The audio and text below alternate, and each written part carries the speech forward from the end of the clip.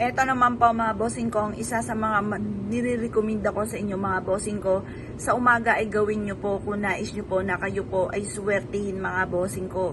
Kailangan mga bossing ko ay makagawa ka ng ganito dahil ito po yung nag-a-attract ng swerte lalo na sa pera. Kung may problema ka sa pera, lubog sa pagkakautang, huwag mong stressin ang inyong sarili. Ganito po ang sikreto mga bossing, itulog nyo po yan.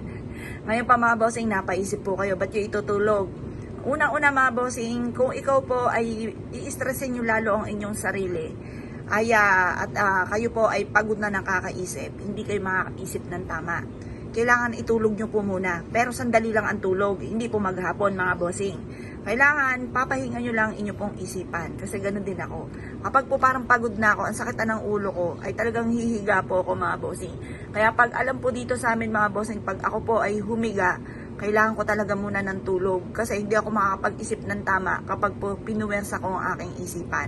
Pero panandalian lang po yun at hindi maghapon na nakahiga mga bossing. Ngayon pa mga bossing kasi pagtapos ko makapagpahinga, dumadaloy na sa akin ang kasipagan.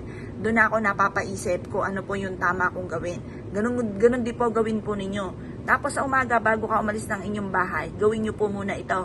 Ito pa mga bossing ko yung bigas at ganun din ang asin.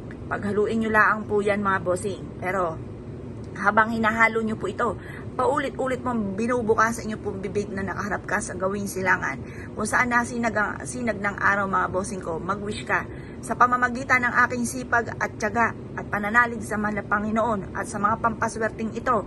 Kaya gagawa kayo ng pampaswerte para wala ka ng pagkukulang pa. Baga wala ka ng pagsisisihan pa. Yung man tipo na nakarinig ka na sinuwerte sila gumawa ng pampaswerte, sising aliping ka ngayon kapag hindi nyo nagawa. Kawikaan nyo, ay sayang, sana yung nagawa ko na. Sana parehas na kayong maswerte. O siya, para wala ka ng pagsisisihan pa, para may pantaboy ka ng kamalasan at panghatak ng swerte, gawin nyo po muna ito.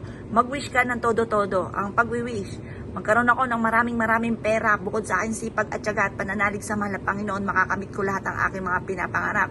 Ganon ang pag-wish mga bossing. Walang gamit na sana, direct to the point mga bossing.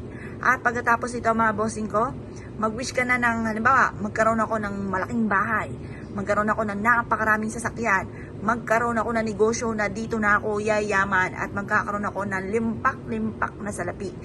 Maliligtas kami na aking buong pamilya sa anumang kapamakan, makakatapos ang aking mga anak sa kanilang pag-aaral at magkakaroon sila ng magandang buhay, mayamang buhay, masaganang pamumuhay mga bossing. Walang masamang mangarap, libre ang mangarap. Kaya lubos-lubusin nyo na, libre na nga po yan mga bossing. Iuuntian nyo pa mga bossing. Pero lagi nyo tatandaan mga bossing, kung gaano kalaki ang pangarap, ay ganun din ang pagkayod. Baka naman napakaraming pangarap pero konting kembot lamang pagod na. Nako mga bossing, huwag kang umasa kapag ganun ang sitwasyon. Kaya kailangan tambalan po yan eh. Kailangan mga bossing sipag at tiyaga at pagkatapos mangarap ng malaki. Ngayon pa mga bossing, pagtapos na kayong mag-wish, ibilad nyo lang ito sa sinag ng araw at pagkatapos hanggang alas 8. Pagkatapos ilagay nyo sa isang pouch na kulay pula, gold or kaya ay green. Kasi ang mga kulay na yan ay masuswerte. Tapos yung orange, mabilis naman ang solusyon sa problema at kasaganahan ang dulot. Ang violet naman anti-stress. Ang blue for healing and for wealth mga bossing. O, nasa inyo na kung anong gusto nyo po dyan. At pagkatapos ay dalhin ito kahit saan kayo magtungo. Mapapasin ninyo na lagi kang iaadya kung saan lagi kayo suswertihin, nagagawa mga bagay na hindi inaasahan na dito pala kayo ay yayaman. Kaya kung kayo pinaniwala at tayo siya po itong gawin, ay siya mga bossing, good luck po sa inyo po lahat.